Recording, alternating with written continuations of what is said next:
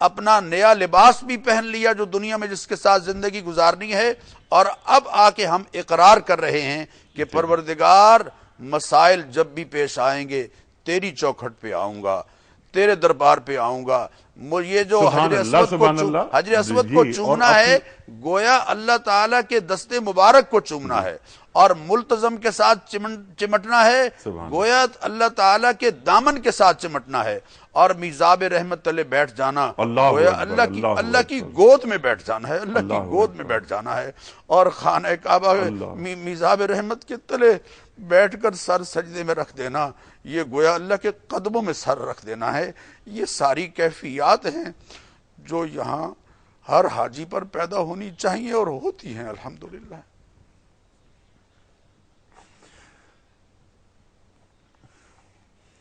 اللہ اکبر، اللہ اکبر۔ Doctor صاحب کیا بس عرض کیا جائے، کچھ کال لے لیتے ہیں اور اس کے بعد آگے بات بڑھائیں گے۔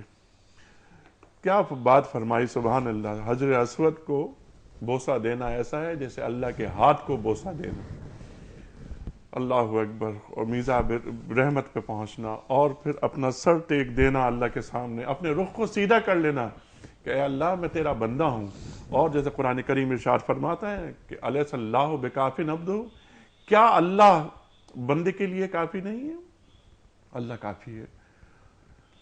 حسبنا اللہ ونعم ونعم الوکیل، نعم المولا ونعم النصیر۔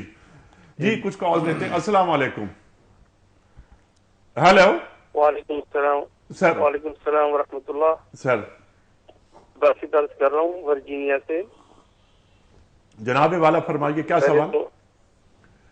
جی مبارکباد پیش کرتا ہوں، اللہ تعالیٰ پوری دنیا میں مسلمانوں کو آپ کے اس پروگرام سے فیضیاب فرما رہا ہے، آمین۔ تو اللہ تعالیٰ اس کاوش کو قبول فرمائے اور مزید ترقی فرمائے۔ صرف کال کرنے میں ذرا دقت ہوتی ہے لیکن انشاءاللہ یہ مسئلہ بھی حل ہو جائے گا۔ ٹھیک۔ ایک چھوٹا سا سوال ہے ڈاکٹر صاحب سے یا نقوی صاحب سے، ڈاکٹر صاحب سے، جی سفرات صاحب سے، کہ ہم امریکہ میں یہاں پہ اکثر جو مسلمان ہیں یہاں پہ قربانی کرتے ہیں، وہ اپنے اجداد یا اپنے گھر میں یا پاکستان میں یا دوسرے ممالک میں کی جاتی ہے قربانی، جی، تو اس میں افضل و اعلیٰ یہ ہے کہ اس کے ناخن اور بال وغیرہ جو ہیں وہ نہ کاٹے جائیں یہاں تک کہ قربانی نہ کی جائے۔ ٹھیک ہے۔ تو عام طور پہ ایک دن کا فرق جو ہے وہ آ جاتا ہے، جیسے کل آپ کے یہاں قربانی ہو رہی ہے، ہمارے یہاں آج قربانی ہے، جی جی، تو آیا ہم وہ بال جو ہے وہ پہلے ایک دن پہ کاٹ لیں گے یا کہ قربانی کا انتظار کریں گے؟ ٹھیک ہے، بالکل صحیح ہے، بالکل ٹھیک ہے۔ تو اس کا تو جواب مفتی صاحب ڈاکٹر صاحب بتائیں گے، اور وہ جو قربانی کے بعد کاٹے جائیں یہ اس پر گفتگو ہو بھی چکی ہے پہلے۔ اچھا اگلی کال لیتے ہیں، اور آپ کا بہت شکریہ ورجینیا سے آپ نے کال کی۔ اگلی کال۔ السلام علیکم۔ وعلیکم السلام۔ بیٹا مسز صوفی محمد اسحاق شاہ راولپنڈی سے۔ جی فرمائیے۔ سب سے پہلے تو اتنی خوبصورت گفتگو فرما رہے تھے، تیری نسبت میں سنوارا ہے میرا انداز حیات، میں اگر تیرا نہ ہوتا سگے دنیا ہوتا۔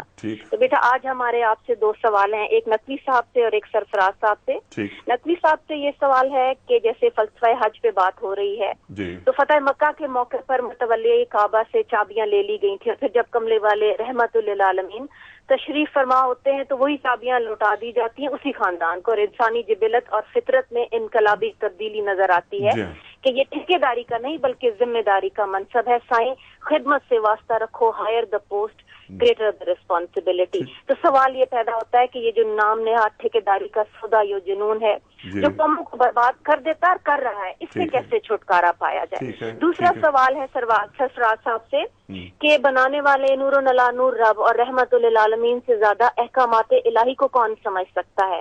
اسی فتح مکہ کے موقع پر قاتلوں، لٹیروں، چوروں، سازشیوں، ظالموں کو کیوں معاف کر دیا گیا؟ پرچار کو عبرت کا نشان کیوں نہ بنا دیا گیا جس کا پرچار آج کل بہت پرزور طریقے سے کیا جاتا ہے؟ اور پھر یہ توبہ، معافی، عام معافی، اصلاح کا جو موقع ہے، اس کی جو حکمت ہے، اس کو معاشرے میں کیوں نہیں پنپنے دیا جا رہا؟ سب ٹھیکیدار سگے دنیا کیوں بنے پھرتے ہیں؟ اس پہ ذرا روشنی ڈال دیں۔ بالکل، بہت اچھی بات ہے کہ وَإِنَّكَ لَعَلَىٰ خُلُقٍ عَظِيمٍ۔ ایک تو قرآن کریم کی یہ آیت کہ ہم نے آپ کو اخلاق عظیمہ پر فائز کیا، وَمَا أَرْسَلْنَاكَ إِلَّا رَحْمَةً لِلْعَالَمِينَ۔ اس کے بعد یہ جو ہے لا تصریب علیکم اليوم جو آپ نے بات فرمائی کہ فتح مکہ کے وقت کس طرح سب کو معاف کر دیا گیا کہ انتم الطلقاء، تم سب آزاد ہو. اچھا ڈاکٹر صاحب نے جو بات کی نا بہت اہم، میں چاہتا ہوں دوبارہ، اور مجھے یہ ڈر تھا کہ میں بھول نہیں جاؤں. ڈاکٹر صاحب نے ایک جو بات اٹھائی کہ جو کنکریاں مار رہے ہیں نا ہم اندر کے جانور کو مار رہے ہیں، اپنے تعصب جو اندر ہے اس کو مار رہے ہیں، کہ میں فرقہ بازی کی موت کا عدم بردار بن جاؤں گا، میں فرقہ بندی کے جانور کو ماروں گا. نہ میں سنی رہوں گا، نہ میں شیعہ رہوں گا، نہ میں پنجابی، نہ میں سندھی، نہ میں بلوچ، نہ میں مہاجر، نہ میں پٹھان، میں مسلمان. ہوا سماکم المسلمین، نہ عرب نہ عجم. قرآن کریم کیا بتاتا ہے اصول؟ انا اکرمکم عند اللہ اتقاکم، جو تقوی میں برتر ہے وہ برتر ہے اللہ کے نزدیک. ارشاد. دیکھیے آپ نے خود ہی وضاحت بھی کر دی اور ماشاءاللہ اچھی وضاحت کی. اس میں جو جیسا ڈاکٹر فراز صاحب نے فرمایا کہ جب ہم ذبح کر رہے ہوتے ہیں تو بھی، جب کنکریاں مار رہے ہوتے ہیں تو بھی اندر کے شیاطین کو، اندر کے خواہشات کو، ان کو ہم کنکریاں بھی مار رہے ہوتے ہیں اور ذبح بھی کر رہے ہوتے ہیں. اور اس کے بعد جب طواف زیارت کی بات ہو رہی تھی تو ہم اس میں یہ بات عرض کر رہے تھے کہ خانہ کعبہ میں یہاں تو ہم کہتے ہیں کہ نماز پڑھنی ہے تو مغرب کی طرف رخ کرنا ہے، کہیں اور ہوں ہم جہاں سے کعبہ مشرق کی طرف پڑتا ہو تو وہاں سے مشرق کی طرف رخ کرتے ہیں. اللہ اکبر. طواف میں اور طواف زیارت میں دونوں میں، یا وہاں جو نماز پڑھی جاتی وہاں مشرق مغرب نہیں ہے، شمال جنوب نہیں ہے. اچھی بات ہے. واہ واہ واہ. اب وہ اس لیے ہے کہ تمام عالم اسلام بھی اور تمام عالم میں انسانیت بھی وہ صرف وہاں اس طرف مرتکز ہو، اور اس میں یہ بات نہ آئے کہ بھئی تم مشرق کی طرف نماز منہ کر کے پڑھتے ہو، ہم یہاں اس کونے میں رہتے ہیں مغرب کی طرف نماز پڑھتے ہیں منہ کر کے. جتنی بھی ڈسٹنکشنز ہیں، جتنی بھی یہ باتیں ہیں کہ جو افتراق کی ہیں یا جس کی بنیاد کے اوپر کوئی ڈسکریمنیشن ہو سکتی ہے، ان سب کو ختم کر دیا گیا ہے. اور اگر وہ ختم نہ ہوں باتیں، جیسے ہم نے بات عرض کی کہ یہ انسان کی نئی پیدائش ہے، یہ ایک عقیقہ ہے انسان کا نیا کہ جو بال بھی منڈوائے جاتے ہیں، قربانی بھی. آج بھی جب عقیقہ ہوتا ہے بال بھی منڈوائے جاتے ہیں، قربانی بھی کی جاتی ہے. اگر اس کو وہاں چھوڑ کر نہ آئے، وہ موت انسان کے نفس کی واقع نہ ہوئی اور دوبارہ پیدائش نہ ہوئی اس کی، جیسے کہ نبی پاک صلی اللہ علیہ وسلم نے فرمایا ہے. تو یہاں پہ امام جعفر صادق کا ایک واقعہ ہم نقل کریں کہ ایک دفعہ آپ حج میں تھے اور بہت حاجی تھے، تو ایک صحابی نے کہا، آپ کے ساتھی نے کہا کہ یا ابن رسول اللہ کتنے حاجی ہیں؟ تو آپ نے کہا کہ یہ دیکھو اس میں بھیڑ بکریاں کتنی ہیں اور حاجی کتنے کم ہیں. تو وہ جو نفس ہے انسان کا، اگر وہ نہیں مرتا، اس کی موت واقع نہیں ہوتی اور اس کی ریوائیول دوبارہ نہیں ہوتی، اگر وہ چیز نہیں ہوتی تو جتنے بھی اس کے میلانات ہیں، جتنے بھی اس نے اپنے ذہن میں اپنے پالے ہوئے ہیں، اپنے نفس میں پالے ہوئے ہیں، ان کی موت واقع ہو کے وہ دوبارہ اللہ تعالیٰ کے لیے اور اللہ تعالیٰ کے حضور وہ پیدا نہیں ہوتا، تو اس کا حج جو ہے وہ حج نہیں ہے. وہ اس طرح سے ہے کہ جیسے وہ حاجی نہ رہا، بلکہ اس طرح سے ہے کہ جیسے اس نے دیگر جانوروں کی طرح سے طواف کیا اور وہ واپس آ گیا، صرف رسوم ادا کی، حج ادا نہیں، اس کی روح تک نہیں پہنچ سکا. ڈاکٹر صاحب میں آپ کی طرف آ رہا ہوں. ڈاکٹر صاحب یہ فرمائیے کہ عالمگیر اخوت کا مظاہرہ ہوتا ہے، جو گفتگو اب تک ہوئی آپ دونوں حضرات نے عطا فرمائی، کئی علمی نکات سامنے آئے. یہ عالمگیر اخوت، اس کو پھیلانا ہے. کیا حج کے اجتماع کو، جس میں دنیا بھر سے لوگ آتے ہیں، اس سے امت مسلمہ اجتماعیت کی بات کر سکتی ہے، ایک سیاسی وحدت کا مظاہرہ ہو سکتا ہے، اور کیا اپنے پلاننگز جو ہوتی ہیں ایک منصوبہ سازی کی جائے اور یہ طے کیا جائے کہ ہمارے اہداف یہ ہیں، اور انشاءاللہ تعالی ہم جب اگلے سال حج پر آئیں گے تو ہم یہ چیک کریں گے کہ ہم نے اپنے ٹارگٹس کتنے اچیو کیے. نمبر 1. نمبر 2 یہ کہ کیا ہم یہاں بیٹھ کر، یعنی ہمارے حکمران الحمدللہ مسلمان ہیں، الحمدللہ مسلمان ہیں، اور ایسا ممکن نہیں ہے کہ ان کے اندر خیر نہ ہو. حسن ظن رکھنا چاہیے. ان حکمرانوں کو کیا کامن کرنسی، کامن ڈیفنس پر بات نہیں کرنی چاہیے؟ ارشاد. آپ نے بالکل صحیح ارشاد فرمایا. میں اس سلسلے میں اختصار کے ساتھ وہ جو 2 سوالات آئے تھے ان کا ذکر کر دوں. ورجینیا سے جن صاحب نے سوال کیا ان کے بارے میں اتنا عرض کروں گا کہ اپنا قربانی کا وکیل کسی کو بنانا شرعاً جائز ہے، اور جب آپ کی قربانی یہاں ہو جائے گی اس کے بعد آپ ناخن اپنے کٹوا سکتے ہیں، بال بھی کٹوا سکتے ہیں۔ اور محترمہ نے جو میرے ذمہ سوال ایک کیا اس کے بارے میں اتنا عرض کروں گا کہ نبی اکرم صلی اللہ تعالی علیہ وسلم نے جب یہ دیکھا کہ آپ جب تشریف لا رہے ہیں فتح مکہ کے موقع پر، تو ایک صحابی نے یہ کہا کہ الیوم یوم الملحمہ، آج انتقام کا دن ہے، بدلے کا دن ہے، ہم زنیرہ کا بدلے لیں گے اور ہم قربانیاں دینے والے مرد اور خواتین کا بدلہ لیں گے۔ تو اللہ کے حبیب صلی اللہ علیہ وسلم نے جب یہ بات سنی تو ان کے بیٹے سے کہا کہ اپنے باپ سے پرچم لے لو اور انہیں بتاؤ کہ الیوم یوم الملحمہ نہیں، الیوم یوم المرحمہ، آج بدلے کا دن نہیں، رحمت کا دن ہے۔ تو سب کو جب رحمت للعالمین نے معاف کر دیا تو ہمیں کیا حق ہے کہ ہم کسی پر گرفت کریں اور کسی پر اس طرح سے انگلی رکھیں۔ آپ نے جو بات ارشاد فرمائی، ہمارے جتنے اجتماعات ہیں ان سب میں یہی درس ہے۔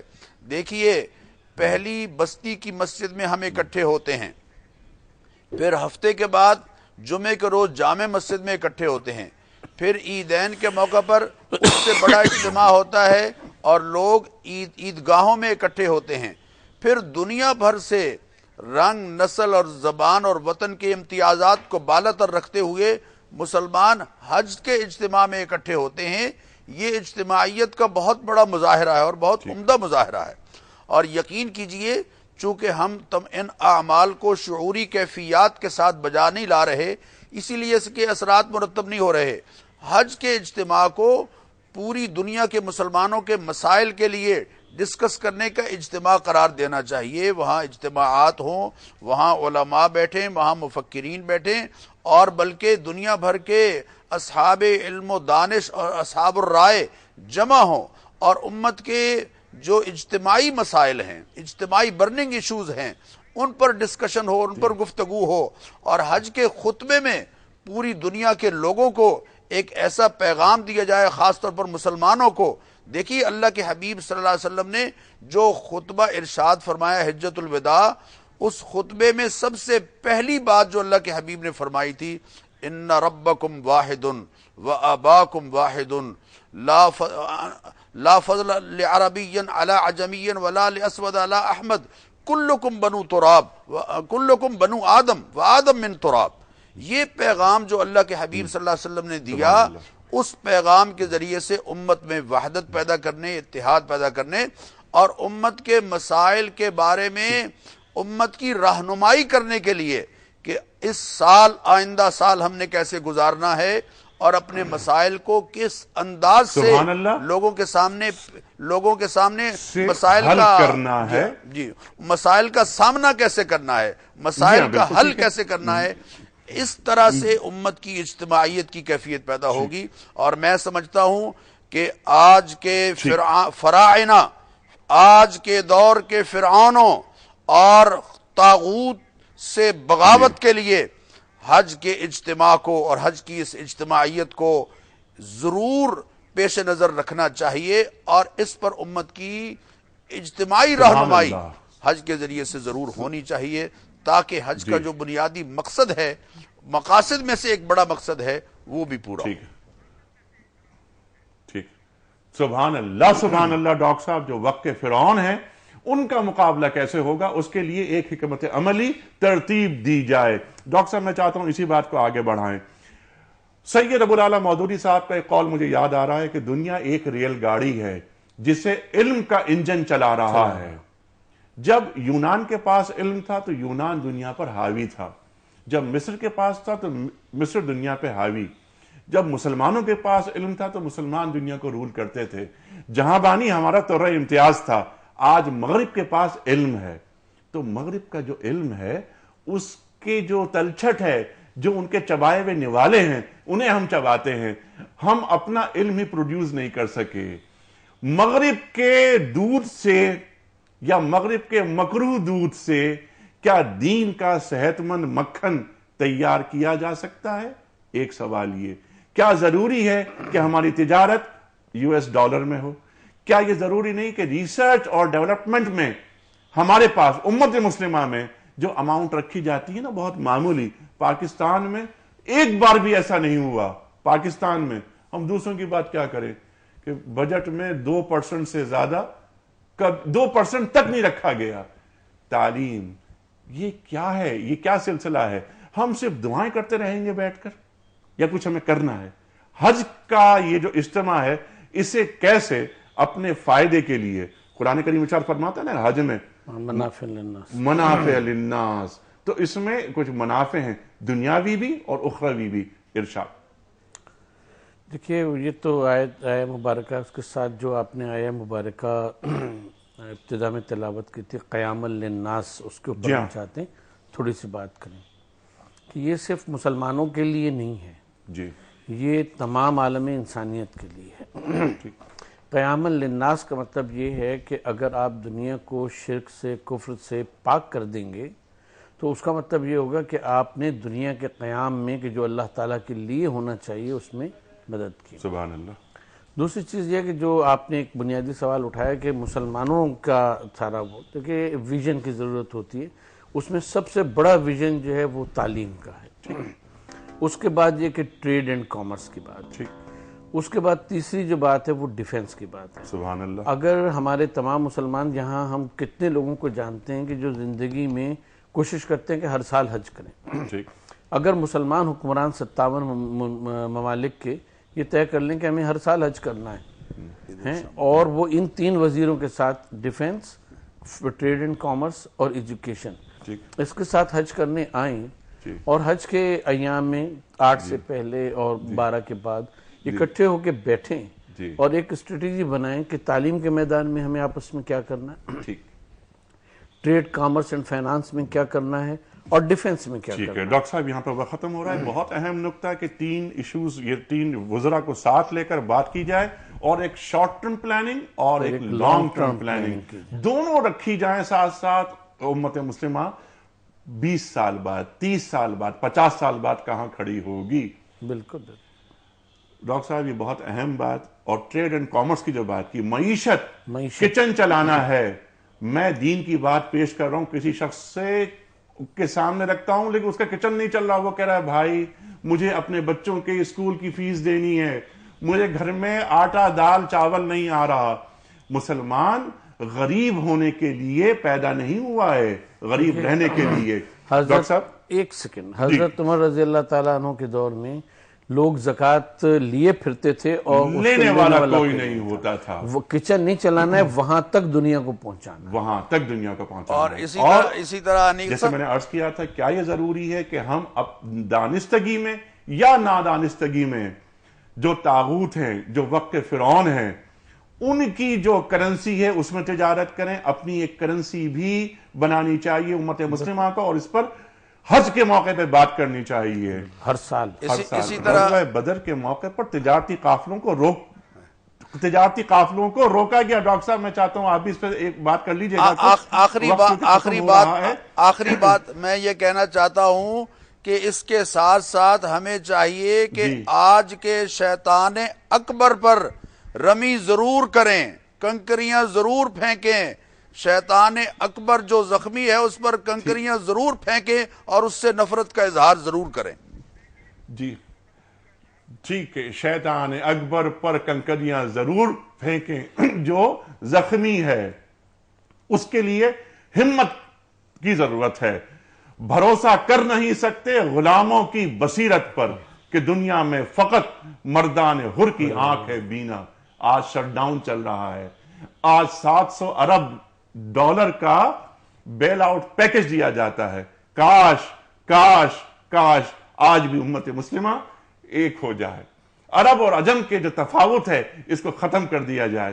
میں یہ عرض کر رہا تھا کہ بدر کے سے ذرا پہلے جو تجارتی قافلے تھے ان کو روکا جاتا تھا اور ان پر ایک دہشت طاری ہوتی تھی. اسلحے کی بات جو قرآن کریم کرتا ہے کہ اسلحہ رکھو، وَإِدُّ لَهُمْ مَسْتَطَعْتُمْ مِنْ قُوَّةٍ کی جو بات کرتا ہے تاکہ دشمنوں پہ تمہاری ہیبت ہو، تمہارے پاس جو اسلحہ ہے. الحمدللہ پاکستان جوہری توانائی رکھتا ہے. الحمدللہ پاکستان عالم اسلام کی قیادت کرے گا۔ خواتین حضرات، وقت یہاں ختم ہو رہا ہے، پروگرام ختم کرتے ہیں۔ کل کے سوال کا درست جواب یہ ہے کہ منی میں واقع 3 جمرات کو کنکریاں مارنے کو کیا کہا جاتا ہے؟ کل کا سوال تھا، صحیح جواب رمی۔ آج کا سوال نوٹ فرما لیں، 10 ذی الحج کو جس دن قربانی دی جاتی ہے اس دن کو کیا کہا جاتا ہے؟ 3 آپشنز، یوم نحر، یوم عرفہ یا یوم ترویہ۔ خواتین و حضرات، درست جواب روانہ فرمانے کے لیے ہمارے فون نمبر اسکرین پر موجود ہیں، نوٹ فرما لیجئے 00922 343009880 اور 981۔ ہمارا ای میل ایڈریس ps@duniatv.tv، ہمارا SMS کا نمبر 3031۔ خواتین و حضرات، قول آج کی بات حضرت علی مرتضیٰ کرم اللہ وجہہ کا۔ آپ فرماتے ہیں دوسروں کے رازوں کو محفوظ رکھنا امانت، انہیں مشہور کر دینا خیانت، اور مشکوک چیزوں سے بچنا دیانت ہے۔